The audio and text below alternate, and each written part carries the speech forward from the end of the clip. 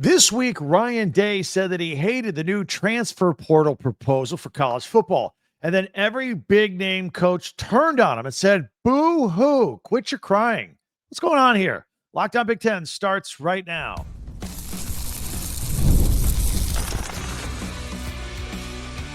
You are Locked On Big Ten, your daily podcast on the Big Ten Conference.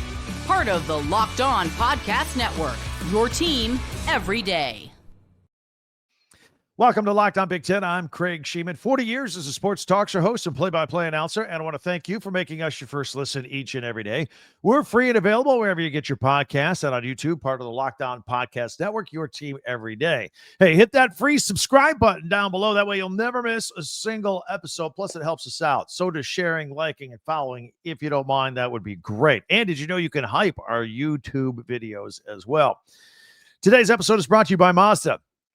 Just like there's more to every player, more dedication, more attention to detail, there's more to a Mazda vehicle. Stay tuned later in the episode for highlights in this week's Moving the Game Forward. Mazda, move and be moved. So, coaches turning on Ryan Day. What's going on here? We'll tell you. Plus, we'll have our final look ahead into week 3. Plus, we got 2 games tonight. College football Friday Night Lights. And on the record, with our pigskin picks. So we got all that coming up. So as we reported earlier this week, there's a new proposal out there among the college football higher-ups, and they want to kind of dial in the transfer portal periods and how we function inside of all that. So the proposal came out, and then defending national champion Ohio State coach Ryan Day says, I hate this proposal. This is awful. And he said that all the other Big Ten coaches agree with him. Or do they?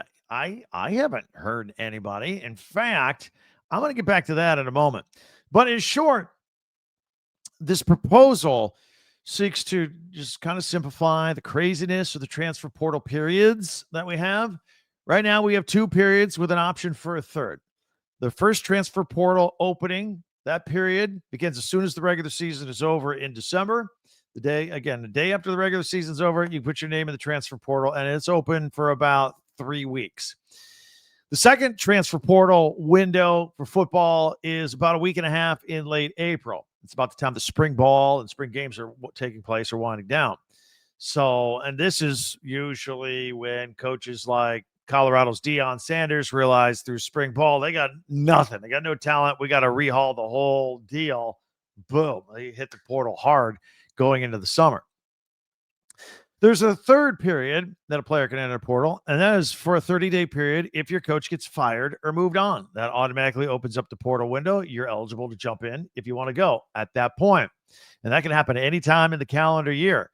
For example, Mel Tucker got fired in the middle of a Michigan State season, and then the portal opened for 30 days right then and there on the spot. A couple of players took him up on it and hit the portal and left.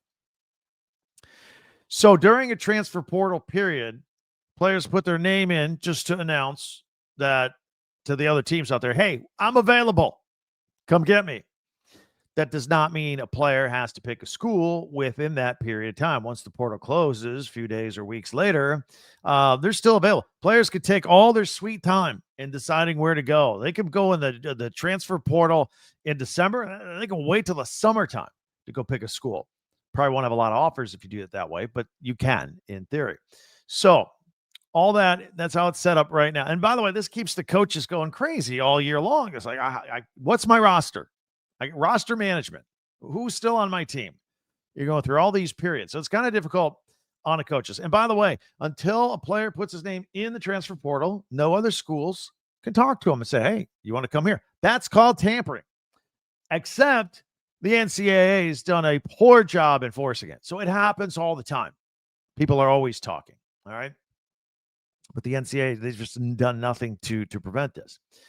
So this current system just creates too much hecticness moving forward. And, you combine that with the actual season and combine that with actually recruiting high school kids, and it's just mayhem all over the place. Roster management has seen an entirely new level of just craziness in probably the past couple of years on this deal. So every year, like, oh, we got to do something about this. Well, the powers that be are trying to do something about it. They put together a process here, and the latest proposal would take the season ending December portal period, and move it to January and shrink it to 10 days. Be like January 2nd through the 12th.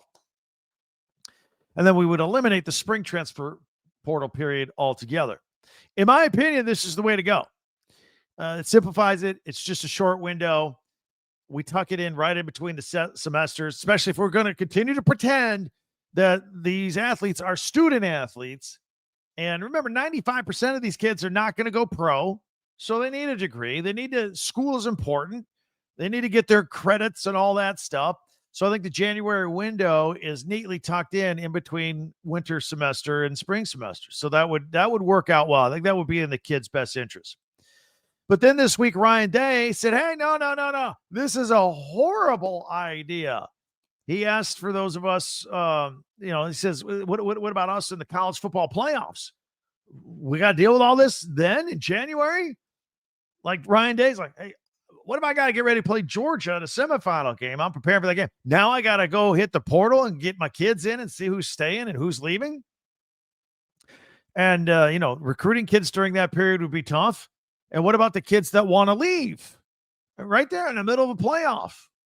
They gotta decide if they want to leave. Do they decide to miss out on the playoffs and win a national championship because they got to get to another school? That's what Bo Pribula did at Penn State this past year. Had to leave the team in the playoffs to go get his gig at Missouri. But Ryan Day says, well, this is just too much going on for those of us in the playoffs and in the semifinals. And he went on to say or insinuate coaches in the Big Ten and Commissioner Tony Petitti all agree with him. This is crazy. This is a bad idea. Except I don't know of any that have stepped up and said this is a bad idea. Did he just assume that? Did he assume that he was the spokesperson as the defending national champion? I don't know. Because after that, all these coaches, they get a microphone on the face. Hey, you hear about this comment with Ryan Day? What do you think? What do you think of this new college transfer portal deal? And they give their answers. And a lot of big name college football coaches, they completely disagree with Ryan Day. Indirectly, I think they were poking fun at him.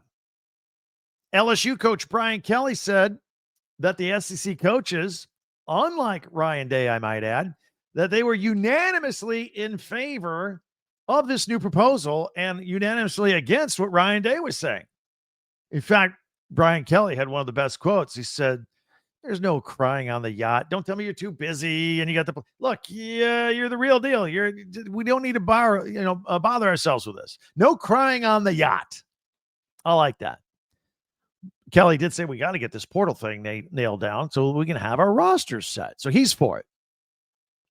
Georgia coach Kirby Smart, he agreed that roster management would be nightmarish for the last 4 teams still in the playoffs and the semifinals for the college football playoffs if we move this portal period. But he said, man, this is the best option we have. And he seemed to contradict Ryan Day. He says, let's do it. We need to do this. And then Kirby Smart went on to say, and I've even talked to Big Ten coaches, and they agree we got to do this. I don't know how many Kirby Smart has talked to. I do know that he's pretty close with Dan Lanning, who used to work for him. So maybe this is how Dan Lanning feels. It's like, yeah, let's get a short window in the portal in January and let's roll. Oklahoma's Brent Venables, he agrees with the new proposal. Texas's Steve Sarkisian maybe had the best quote, the second best quote on all this, about right behind Coach Kelly at LSU. He called the difficulties of managing a roster with the transfer portal and coaching in the playoffs. He says those are champagne problems for the upper elite. What are we worried about? And by the way, this is from a coach that's been to the semifinals 2 years in a row, wanting to get there a third year in a row. So I thought that was all very interesting this week. What do you think? One transfer portal period, short 10 days in January, and that's it? I think so. What about you? Hit me up with the comments. All right, going into this big weekend number 3, I want to tell you what we're going to do here. We're here every day at Lockdown Big Ten, but we like to go live on Saturdays after some of the biggest games, like after the Texas Ohio State game or after the Michigan Oklahoma game. We go live You get my immediate unfiltered reaction to the big game of the day. I get yours too. I get live comments, real-time comments, your thoughts on all that. So the schedule's a little unique this week. We're going to kind of combine a few things here. We're going to use the noon games as a gauge and go live around 3:30 Eastern, 12:30 Pacific. So we invite you to join us. Put it in your calendar. We're gonna loosely follow the Wisconsin-Alabama game on ABC, and when that ends, we're gonna jump in and go live. But we're also gonna be cognizant that Oregon Northwestern is going on Big Noon on Fox. Michigan will be winding down with Michigan State at about the same time. They're on the Big Ten Network. Nebraska and Maryland have their respective games, also noon games. We'll be wrapping up about that time. We're gonna try and tie it all together. Go live after those. React to all those. Preview what's coming up. That's going to be our Saturday show this weekend. So we hope you join us. I'm, again, guessing that will be sometime around 3:30 Eastern, 12:30 Pacific on Saturday afternoon. Hopefully you can join us for all of that. All right. Don't forget to hit that free subscribe button here down below if you're new to us. That way you'll never miss a single episode. And share, follow, and like Locked On Big Ten, because that helps us out as well. Don't forget we have a website, talkbig10.com. We have plenty of merchandise and links to our previous podcast. Go back after this one. How about a second listen of yesterday's podcast? It was pretty good. It's talking about Paul Feinbaum having to admit that, well, woe is me. The Big Ten might actually win a third straight in a year, third championship 3 years in a row with a national championship. So we'll do all that. That's at talkbig10.com, by the way. We're going to look at every Big Ten game, 2 tonight, the rest tomorrow. And then later at the end of the podcast, we're going to go on the record with our picks, our weekly pigskin picks. That's coming up in just a bit right here on Locked On Big Ten. This is Mazda's Moving the Game Forward, brought to you by those who believe it is not just about playing the game, it's about redefining it, because those moments do more than win. They push what's possible. They remind us to go that extra yard, shift into that extra gear, and keep moving the game forward. And I use Oregon as an example here. They just kept rolling. They were only 28-point favorites against Oklahoma State. They kept rolling and rolling and rolling. 69-3, beat them by 66 points. That's the team I'm using for an example here this week. I just keep talking about them nonstop. So, whatever you like to follow, let's follow the Oregon Ducks as they just continue to explode. That's what keeps fans and players alike moving forward, always chasing the next great moment. Back-to-back pick sixes in that game on consecutive passes, stuff like that. So when you follow what moves you, the unexpected is only the beginning. And just like there's more to every highlight, there's more to a Mazda vehicle. Mazda, move and be moved. Thanks for making Locked On Big Ten your first listen each and every day. We're free and available wherever you get your podcasts and on YouTube, part of the Locked On Podcast Network. If you could hit that subscribe button and then also share, follow, and like. And don't forget, we have a website, talkbig10.com. Let's get into it. Let's chop it up. Week 3 already. We're all over the place. We got 2 games tonight. Friday Night Lights. Got Indiana State at Indiana. That's at 6:30 Eastern on the Big Ten Network, 3:30 Pacific. Saw some improvement in Indiana from week 1 against Old Dominion to week 2 against Kennesaw State. Plus, they play this game. They're a huge favorite. They win the game if they stay healthy. They win the game, and they've got an extra day. All right, so they got an 8-day week ahead of next weekend showdown, hosting number 9 Illinois. That's the big one next weekend. Also tonight, New Mexico is at UCLA. That's at 10 o'clock Eastern on the Big Ten Network, 7 o'clock Pacific out west. New Mexico kind of hung in with Michigan a couple weeks ago, lost by 17 points. UCLA is coming off a loss to UNLV, week 1 to Utah. Things do not look good for the Bruins right now, and they open Big Ten play at Northwestern next week.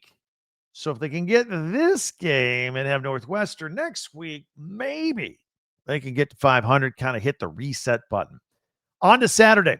We got Oregon. They're at Northwestern. That's the 12 o'clock big noon kickoff on Fox. Northwestern's going to be thrilled for all attention. It's going to be in their little makeshift 15,000-seat aluminum bleacher stadium right on the shores of Lake Michigan on top of the rugby field. And remember, Ryan Field, their stadium's being completely rebuilt for yet this whole season. So Oregon gets to go out there. It's a Big Ten opener for both. And by the way, body clock time for Oregon, this going to be 9 a.m. their time. Maybe they'll be a little tired. I don't know. We'll see. Maybe they're tired from scoring 69 points against Oklahoma State. How many are they going to score against Northwestern? And then they got Oregon State next week before Oregon's big game against Penn State for the whiteout. Dante Moore's warming up, looking good. Everybody's getting involved. Oregon is high flying right now. Central Michigan is at Michigan. That's another noon game on the Big Ten Network. Sherrone Moore's self-imposed 2-game suspension starts Saturday, 12:01 a.m. It will last 8 days until midnight after the Nebraska game. No contact with the team from this point on. Bryce Underwood, let's watch him. He's going against a lesser team this week, so will they take the training wheels off? Let this kid throw. Let this kid run. Offensive coordinator Chip Lindsey, we'll see. Let the young guy let it fly. That's what I'm going to be watching for in this game to see if they do that or not. Wisconsin is at Alabama. Now, Alabama crushed them at Wisconsin last year, and they lost a quarterback, too. This is a noon game on ABC. Again, this is the one we're going to be following and going live on afterward for all a recap of all the 12 o'clock games. So what we're trying to figure out here is how bad was Alabama's loss opening week at Florida State, a team that only won 2 games the year before, but it looks like maybe Florida State's good. So after a couple of weeks, this is looking like a better loss for them. They rebounded last week as well. Meanwhile, Wisconsin's offense has been completely hindered for the first 6 quarters of the season before opening up in the second half against Middle Tennessee State last week. Billy Edwards Jr. is out with a sprained knee. I'm hearing reports that he is going to travel with the team. He's going to possibly give it a go. They're going to wait till the last second to say yay or nay. I don't think he's going to go. I think it's Danny O'Neill's gig this year, this week. That's what I think is going to happen. I think Danny O'Neill will be the quarterback for Wisconsin. And then Wisconsin has only given up 10 points in 2 games. Now, lesser opponents than Alabama, but how good is the Wisconsin defense? That's what I want to find out, see if they can hang in this ball game. Houston Christian is at Nebraska. That's a noon game on FS1. Nebraska should never schedule Houston Christian. I believe they got hung up in a cancellation of a previous series. This is what they have. They're going to win this game by 1,000,000 points. Dylan Raiola, just the final tune-up, because then they have Michigan at their place at Nebraska next week to open up Big Ten play. Towson is at Maryland. That is a noon game on Peacock. That's Mike Loxley's alma mater. Malik Washington should light it up offensively with a lot of numbers, get things dialed in as they get ready for Big Ten play. Villanova is at Penn State, 3:30 FS1. This is going to be another one of those lopsided games so far, but maybe, right? Like Penn State had a little trouble getting out of the gate. Like they're not hitting the overs in the first half. Let's just say that. Last week there was some inclement weather against FIU. They won 34-0. That was a week when everybody was scoring 50, 60, and 70 points in the Big Ten. People think Penn State should have maybe won that game by more. And after the Villanova game, then Penn State is off for a week, regroup, see where we're at. Oregon next for the whiteout game. That's going to be the big one. USC is at Purdue. I think this is one of the most interesting matchups of the week in the Big Ten. It's at 3:30 on CBS and Paramount. 12:30 if you're on the West Coast, USC. It's the Big Ten opener for both of these schools. Purdue is 2-0 under Barry Odom. That's been a minute since that's happened. USC, however, put up 73 on Missouri State, and then they beat Georgia Southern 59-20. However, I have some concerns for USC. They gave up 377 yards and 20 points to Georgia Southern. They shouldn't have given up half of that. I am concerned about the defense. All right. And then every time USC went east last year, at Minnesota, at Michigan, at Maryland, a Maryland team that only won 4 games. One of them was USC. USC lost all those games. We're going east. I'm just putting that out there in the universe. I'm not going to be stunned if I'm talking to you next week and Purdue pull the upset. I'll tell you how we're going to go in the picks in just a little bit. Norfolk State is at Rutgers. That's a 3:30 Eastern game on the Big Ten Network, 12:30 Pacific. So Rutgers They beat Ohio 34-31. They beat Miami of Ohio 45-17. That's 79 points. Rutgers' offense is a juggernaut. That's incredible. This week, they're not playing a team from Ohio, though. Playing a team from the East Coast. We'll see how they do. I'll have them in my picks as well. Youngstown State is at Michigan State. That's 3:30 on the Big Ten Network. Let's pay attention to Michigan State right now. They are showing some growth. They're finally coming together under Jonathan Smith, coming of age with that double overtime win over Boston College, a team that beat them the year before. You know, you compare just Aiden Childs alone, their quarterback, to last year's game at Boston College where he threw 3 interceptions, to last week where he threw for 4 touchdowns, ran for another, threw for a 2-point conversion, and no interceptions, and they got the win. I think Michigan State's coming along. They got to be pretty happy about that. Ohio is at Ohio State. That's a 7 o'clock game on Peacock. Hey, at least Ohio State gets a night game, right? What's the number going to be? They beat Grambling 70-0. We're going to put up another number like that? Maybe 50-0. I don't know. We'll talk about later in our picks. But Julian Sayin played so well against Grambling that Lincoln Keynotes got to play a quarter, so did Tavian St. Clair. And I look for Jeremiah Smith to have a humongous day against Ohio. This is going to be like, all right, we're really rolling. We're ready to go for 2025. Western Michigan is at Illinois. That's a 7 o'clock game on FS1. Illinois is coming off the road win at Duke. Hank Beatty, everybody. Hank Beatty, wide receiver for Illinois. Luke Altmaier's favorite target, triple threat, catch, run, punt returns. Hank Beatty. Massachusetts is at Iowa. That's a 7:30 game on the Big Ten Network. Kirk Ferentz stuck on win 205. He gets a win. It's 206. He passes Woody Hayes of Ohio State as the all-time winningest coach in the Big Ten. A lot of injuries, though, for Iowa at wide receiver, at running back, and now tight end Addison. Ostrenga had an Achilles. He's out, and I'm concerned about quarterback Mark Gronowski. He is yet to throw for 100 yards. And that was against an Albany defense where he only threw 44 yards. I'm very concerned about it. Finally, we have Minnesota at California. That's the 10:30 game Eastern on ESPN. If you're out on the West Coast of California, that's at 7:30. And, we'll see how the Gophers do heading west. Remember, running back Darius Taylor tweaked a hammy last week. They don't think it's a horrible situation, but he may sit out this game. They got a deep running backs room, and that was in their 66-0 win over Northwestern State. All right, so every team in the Big Ten that's playing this weekend. Two Big Ten games featuring Big Ten teams going head-to-head. Washington's going to sit this one out on a bye, but we're going to go on the record with our bold, fearless pigskin picks. That's coming up next here on Locked On Big Ten. Drip drop. You know, if you're into staying on top of your routine, whether it's workouts, long days, maybe you're on campus, maybe you're at work, staying focused, back-to-back meetings, back-to-back classes, hydration is where it all starts, and that's where Drip Drop comes in. Drip Drop is doctor-developed and scientifically proven for fast hydration, and it uses the perfect balance of sodium electrolytes and glucose to help your body absorb fluids quickly, delivering 3 times the electrolytes and half the sugar of the leading sports drinks. Check it out. It tastes great.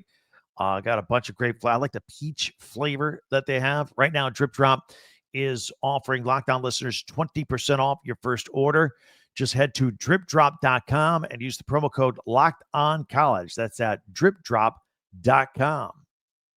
DoorDash, they're streaky. They're on streaks. We're always looking for winning streaks in sports. Look, it's the weekend.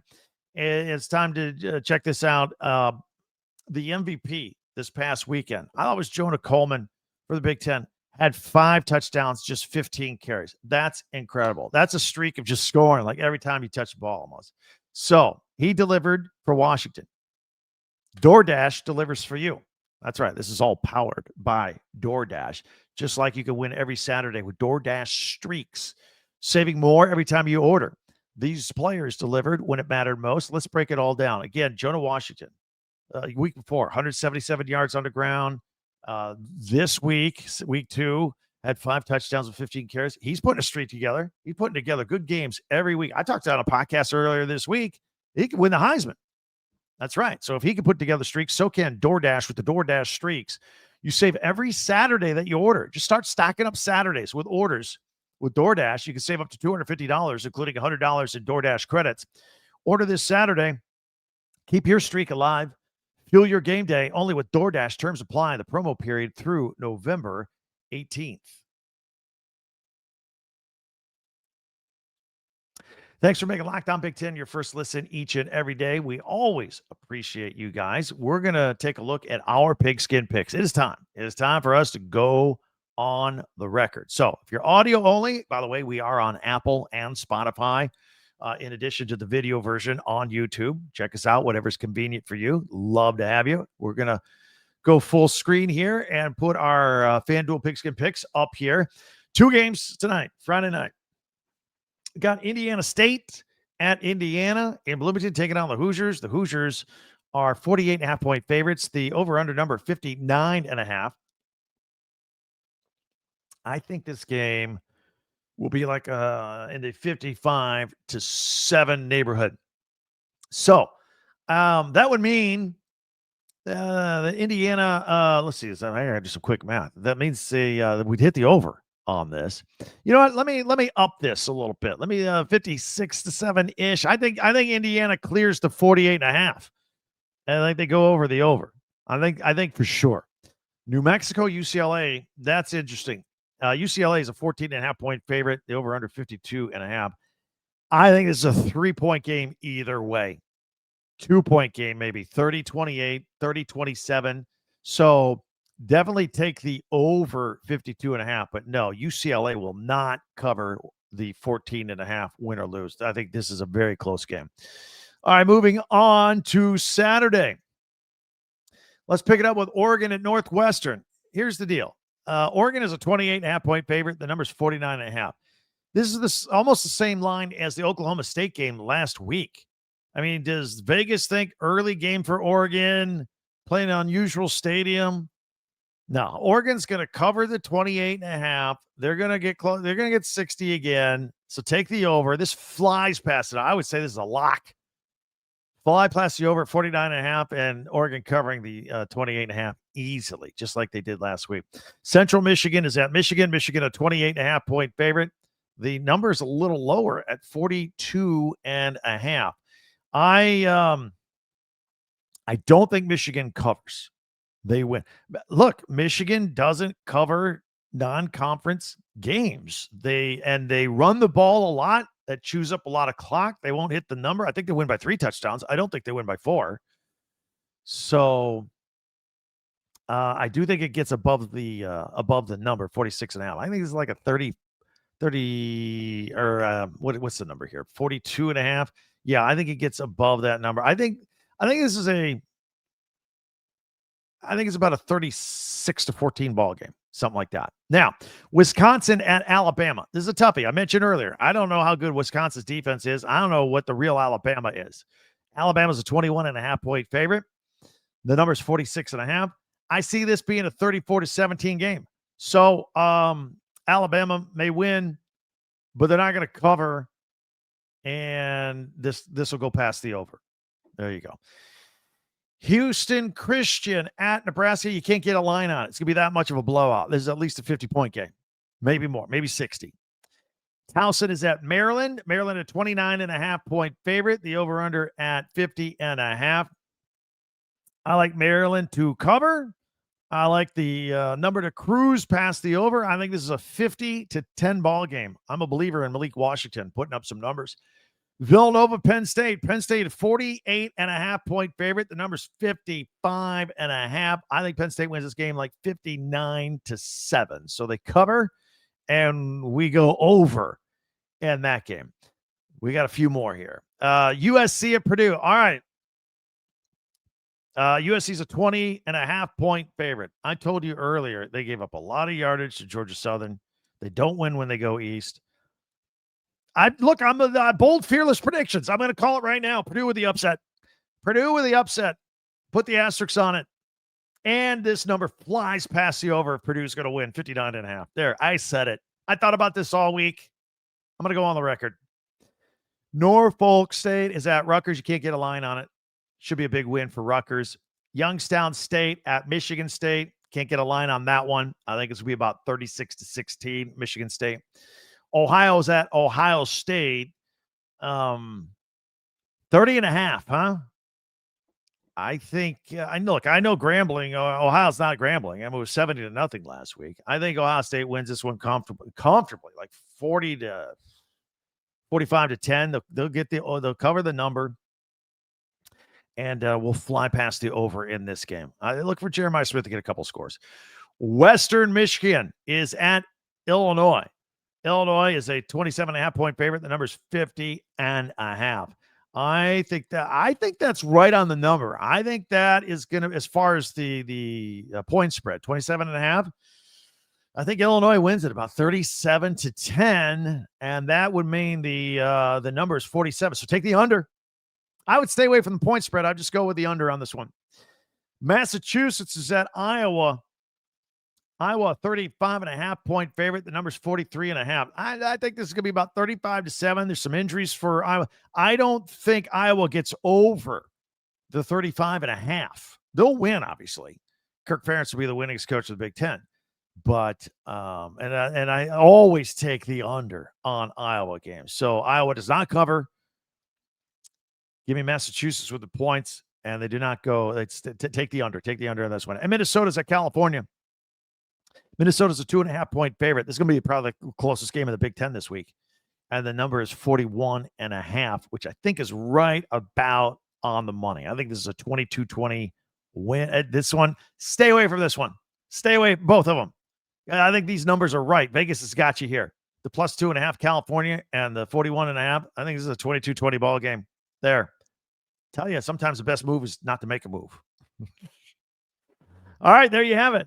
All right, this is Fearless and Bolt. Give me Minnesota to win by a field goal, and let's keep it under 41.5. See, I feel obligated to make an actual pick, so there you go. Our pigskin picks for the weekend. Always having fun with that. Let me know what you think. Did we get one wrong? Did we get it right? Always love to hear from you on that. Don't forget, we're here every day. Talk about all 18 Big Ten teams. We've got the audio version, the video version of this podcast. We're the most unique Big Ten podcast in the world because we give you the news, we give you the analysis of the news, we give you the opinion of the news. We don't shy away from opinion, right? Interact with us on Twitter or X at Talk Big Ten, number 10. Don't forget our website, talkbig10.com. That's also the number 10, talkbig10.com podcast and Big Ten merchandise there. Before you go, if you could hit that subscribe button, that would be great. And also share, follow, and like Locked on Big Ten because that helps us out a lot.